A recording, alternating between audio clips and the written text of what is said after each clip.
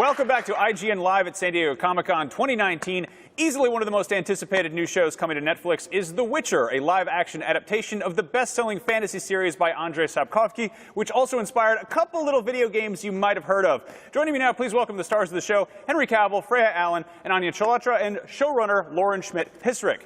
Thank you guys so much for coming by. Thank you. So we just got our first look at the trailer. It looks incredible. It looks like The Witcher.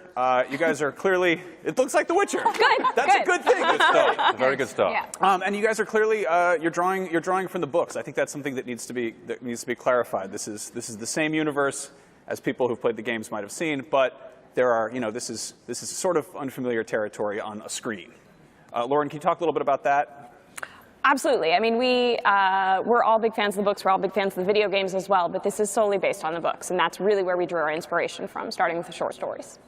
Yeah, we know fantasy, especially with Game of Thrones now has become mainstream, but so people are finding it more accessible. But is there like a shorthand way that you use to communicate fantasy elements to an audience that may have never watched fantasy before?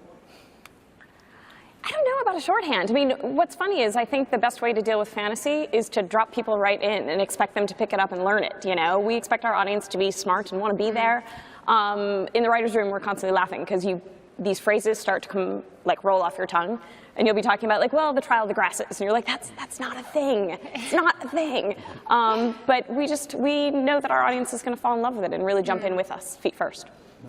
I think even The Witcher does a good job of kind of taking familiar fantasy tropes that might have been, sort of like, D&D themes that we're sort of familiar with and kind of turning them on their ass. At the tail end of the trailer, Henry, you've got stuff coming out of your eyes.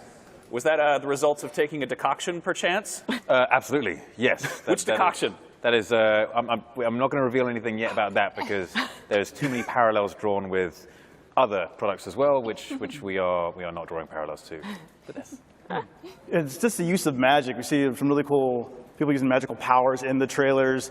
Jennifer, you're going through some kind of transformation, or sorry, Anya, going through a transformation, your character. And then we see Henry, looks like you're getting ready to use a sign there as you're in combat. Can you talk about how magic is portrayed in this series? Yeah, this world is full of magic, and it was amazing to get the chance to not only go on this huge arc as a character and as an actor and have that challenge, but to also, on set be really excited and with all the magical elements and have to have fun doing those as well. The thing with magic as well, it's one of those things which we're using as a force which is drawn from. You draw from chaos, and that is explained in Yennefer's storyline especially. And it manifests in different ways, and you will see it as the audience how it manifests, and some familiar things which players of the game and readers of the books will understand. How do you make these characters your own when there's so much sort of lore to pull from, and there's always going to be that guy in the comments who's like, well, things are different. No, we don't have any of this. He's watching this now. We have none of this. And he's typing. I mean, there's always going to be someone or someones who will have a different idea. That's the beauty of adapting a book, especially when adapting books. Everyone has their own mental imagery of what a character looks like, or how they behave, or what they sound like. And it's about just going all in and making it what you think it is. And it's not necessarily conforming to what every single person says on the internet, because then you'll lose. Because everyone says something different, and it's different for everyone. You just provide what your insight to the character is and who you believe they are, and you go from there. Freya, I'm curious to know, your character in the trailer, Ciri, looks like to be a child of destiny. There's some prophecies being told to you, go find Geralt of Rivia. You look like you're in somewhere with a magical tree. Can you talk about, your character's arc and what's going on with Ciri when we see her in season 1? Yes, so she starts off and she's had an incredibly sheltered upbringing, and so she's very naive to what the real world is, and she's used to always having people around her to protect her, and then suddenly she's thrown into this brutal world and environment, and she has to learn how to survive and to adapt and empathize with people. So one thing I'm very excited about is the monsters. We got a couple glimpses of them in the trailer. Obviously, you know, I know the humans are the real monsters, and that's something you guys are probably going to explore. How do you find the balance between sort of the big overarching political themes of the humans and the elves and all that, but also the kind of monster of the week duties of a Witcher who is, let's be real, kind of a magical animal control specialist?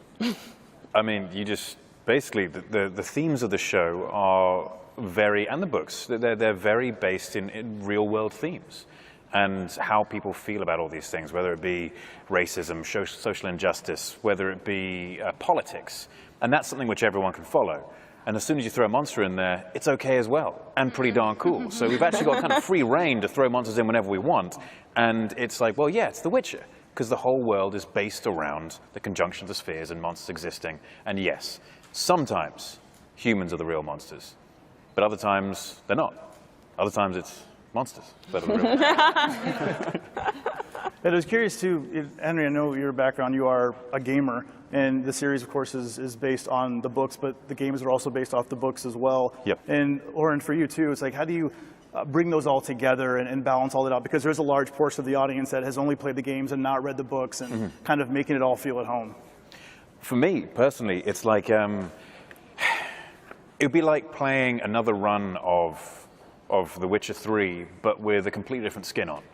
And that, I think, would be interesting, because I've played it through a number of times now, and it's like, okay, cool, I've done it, I've seen it, and I still get that same enjoyment out of playing it through, but what if I could play it slightly differently?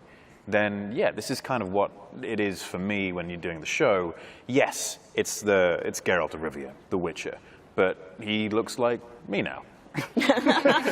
And for me, that's an interesting thing. It creates a freshness to it, because the themes are still very similar.